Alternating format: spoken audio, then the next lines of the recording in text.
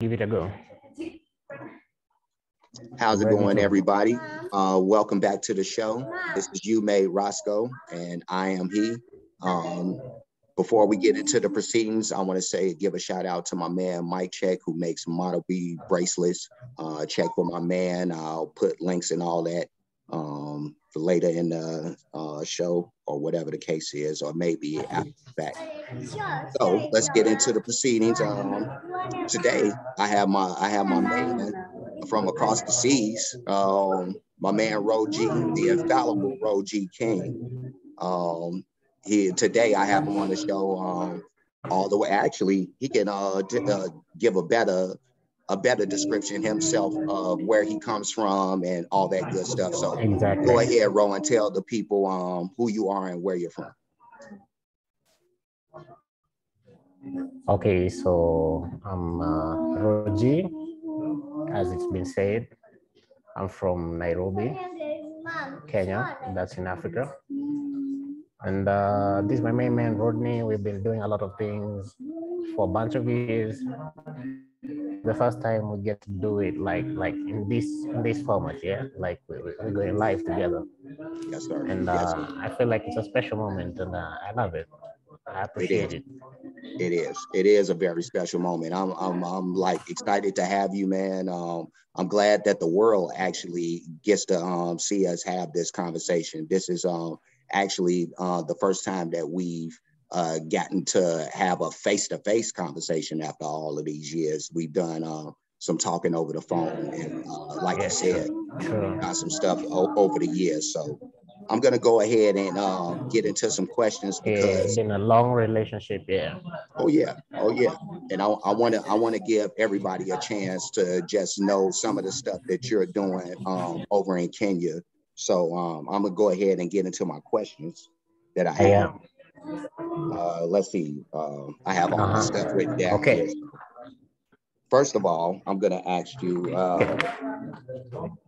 At what point did you decide to do any music? Because I know that you're into doing music now. You've been doing music for like a few years now, more than a few years now. You have stuff that you've done that you've posted on like Spotify and stuff like that. So just give the people a description of just like your kind of your trek as far as music is concerned. Okay, so I will say I got into the business like okay, initially I started back in high school. You know, the way people have a bunch of release, some people embrace sports, other people embrace other activities, politics, you know, it's a career, everything. For me, my release was music, yeah. That's where I used to direct everything, all my frustrations, all my emotions, all my ambitions, everything that I had going on, I would put it into it. So I started like back in high school, but started doing it professionally in 2012. So did my first tape, let it out in 2013, and then took some time trying to promote it, trying to make a sale, you know, and then got back into it, put my second tape out in 2018, and here we are. So it's just been it's been a journey, it's been a process, and I'm appreciative of everything that's been coming with it. A lot of lessons, you know, a lot of pain, a lot of winning, you know, like it's been equally balanced in every way. So I appreciate the journey, and I'm glad to be here, and we still got a long way to go. Cool. Could you just tell the people like just any influences that you had coming up music wise? Like who are some of the people that you listened to while you were coming up?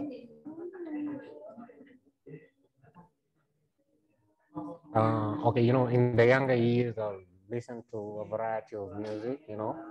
Being from where I'm from, I've been exposed to a lot of sounds, a lot of different genres, you know. We've been doing a lot of things.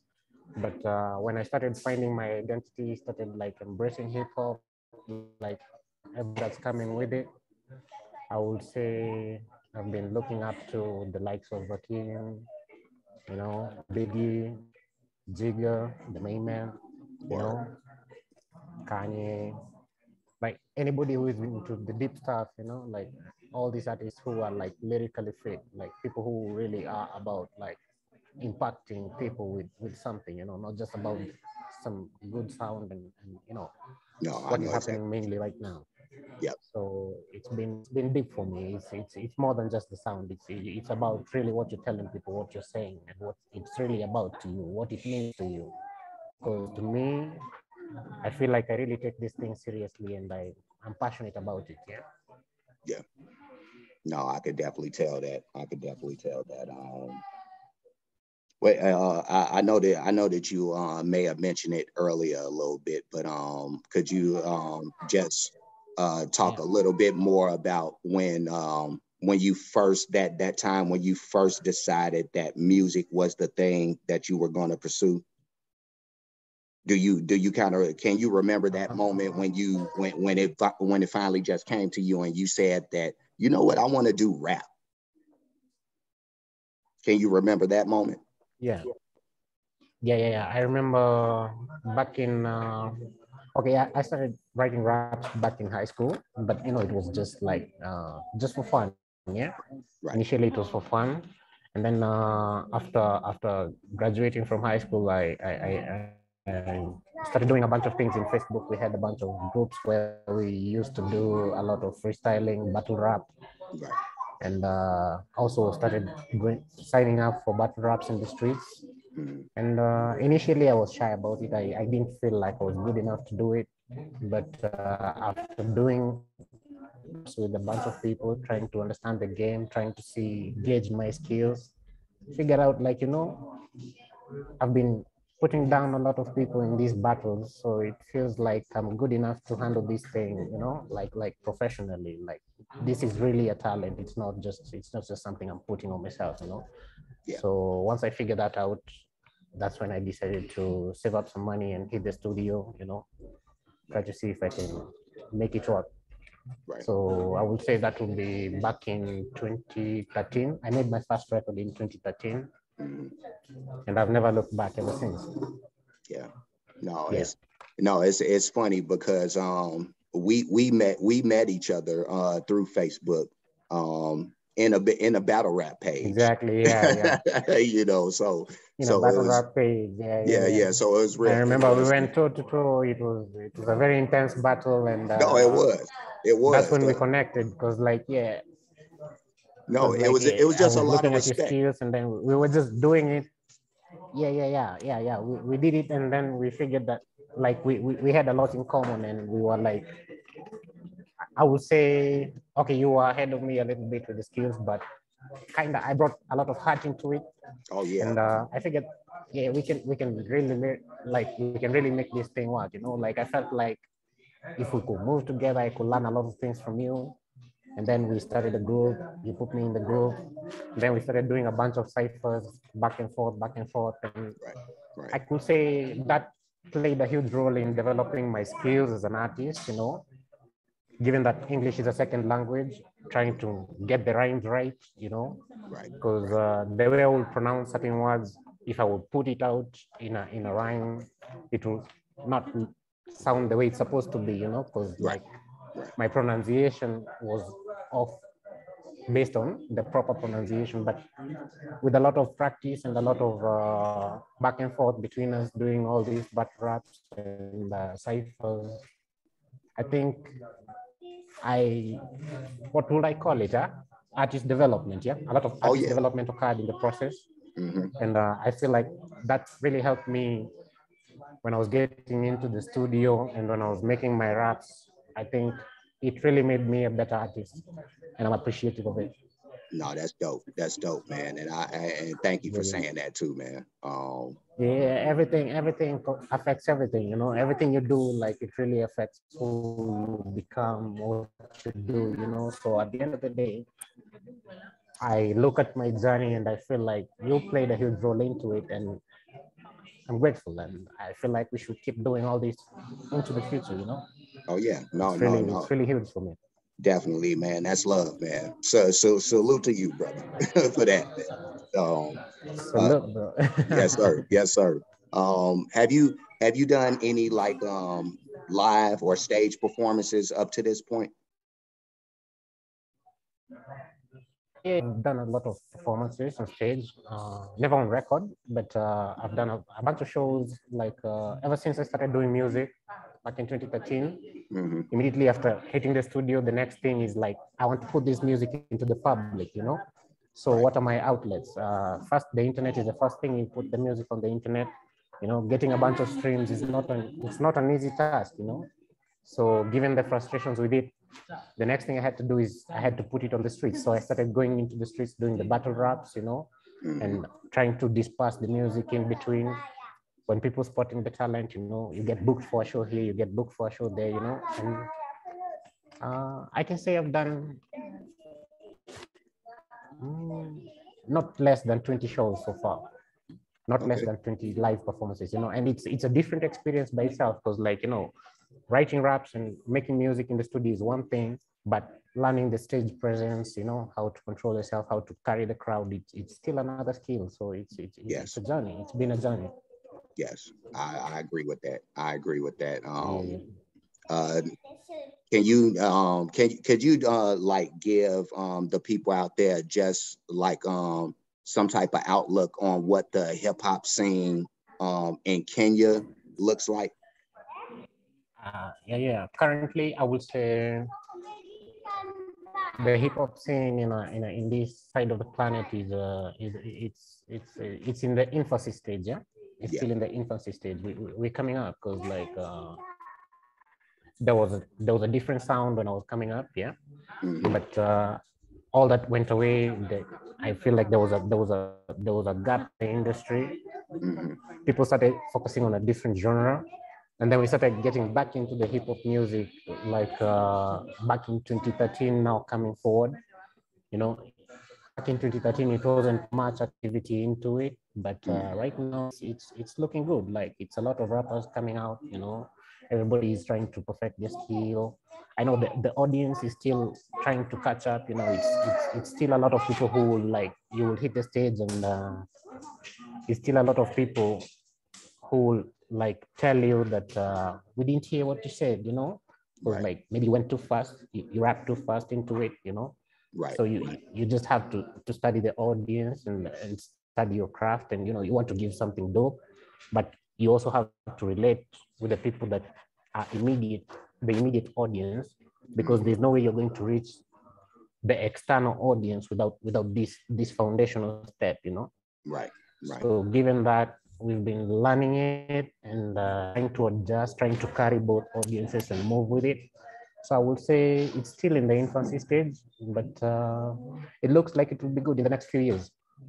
That's good to In the hear. next few years, I feel like the industry it's like really growing in a commendable rate. Yeah. And when you spoke of the older sound before hip hop started to grow there, like what was that sound? Was it was it still Western music, or just the music from there particularly? Okay, there's a lot of local genres that have been dominating. There was still a little bit of hip hop from early 2000s, late 90s, Right. but a lot of it went missing. Like between 2007, like from 90s to 2007, there was a little bit of it, Mm, but something happened. I don't know what happened in the game. I think a lot of artists on this side got frustrated because there was not much money in the game.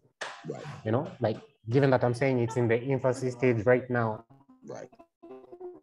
a lot of people had a lot of people had for it, but the fact that you couldn't live off it, it became a frustration, you know.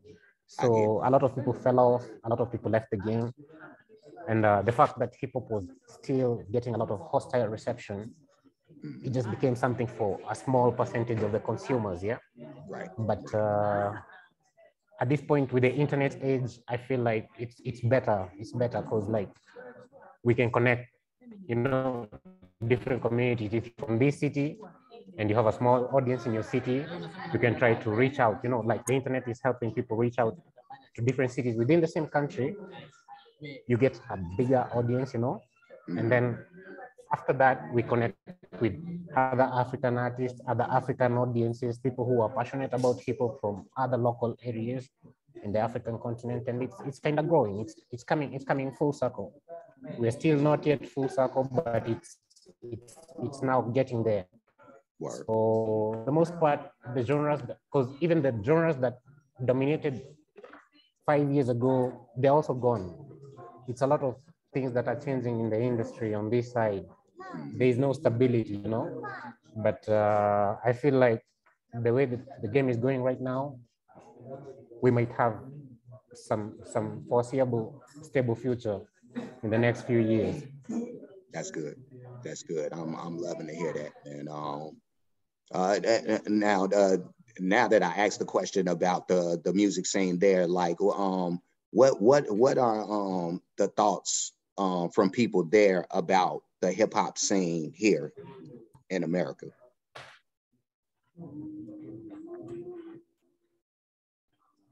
I think people glorify you guys, yeah? Yeah. Over here, we look at you and we feel like you guys are really living it, you know?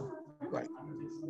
Because the whole influence is coming from that side, you know? Like someone would prefer to listen to an artist from that side because they will feel like their raps are more authentic than listening to us because they feel like we're just not it, you know. Hip hop is American, so there's people who are like, you know, you guys are trying to be something you're not. But there are people who also appreciate that we're the ours, but we are telling our own African stories, you know. It's a lot of dimensions into it. It's a lot of layers into it, yeah. But I would say you guys overwhelm us strongly. Oh yeah, I mean The reception of your artists on this side is so good. Everybody will envy any of your artists. yeah. I mean, are there artists from here who are coming there like to have shows and stuff? Yeah. It keeps happening. 2 Chainz has been here. Chris Brown has been here. Okay. It's a lot of artists who have been around. Yeah. Oh, that's cool. Rick Ross was in Tanzania the other day. Oh wow. Wow. Yeah. A lot of your artists are coming in, but not like the A-list artists like Ziga or someone like Weezy. You know, those are highly paid artists who can perform. But for open business across this side of the continent, they do come. Oh, that's dope. That's dope. I love it. I love it. Yeah. So I feel like it's everything is connecting, everything is coming, and I feel like with the growth, with the growth rate in our industry, I feel like within the next like 3-4 years, I feel like the world might start recognizing our sound. That's dope. Yeah, because we've been working hard. We're coming up. We're on the come up. Like we're really doing this shit for real. That's what's up. That's what's up. I love it. I love it, man. Yeah. And we're gonna have to do some more of these, man. You know, I feel like we should. Yeah. And we're definitely, you're gonna everybody out there, y'all are definitely gonna see more of Roji on the show. True. So y'all can get prepared for that right now. But I just love that. Yeah, like we can really work to connect both audiences so that like we can really grow the entire thing together on full scale. Yeah. Yes, sir. Yes, sir. I feel like what we're doing here is special. No, I do too. I think it's important, man. The one reason why I wanted to do this show is not only because of the fact that we hadn't gotten a chance to do this before, so I wanted to do it for that. Because this has been like in the works for a while. Yeah, we've been trying to make it work for a little minute. Oh yeah, no, we've been trying to get it in, but we finally got it to happen. You know, so finally we're here. We're here. Yeah, and I'm happy for it. Yeah, no doubt. You know, and not only that, but it it lets everybody else or gives everybody else the chance to see that we can make these type of connections regardless of where we are in the world. You know, there are good people. There's good people out everywhere. there. Yeah. Yeah, and they want to True, network, true. and they still want to connect. So I'm just And we're glad all that doing people it for get the to see it. culture, you know. Yes, sir.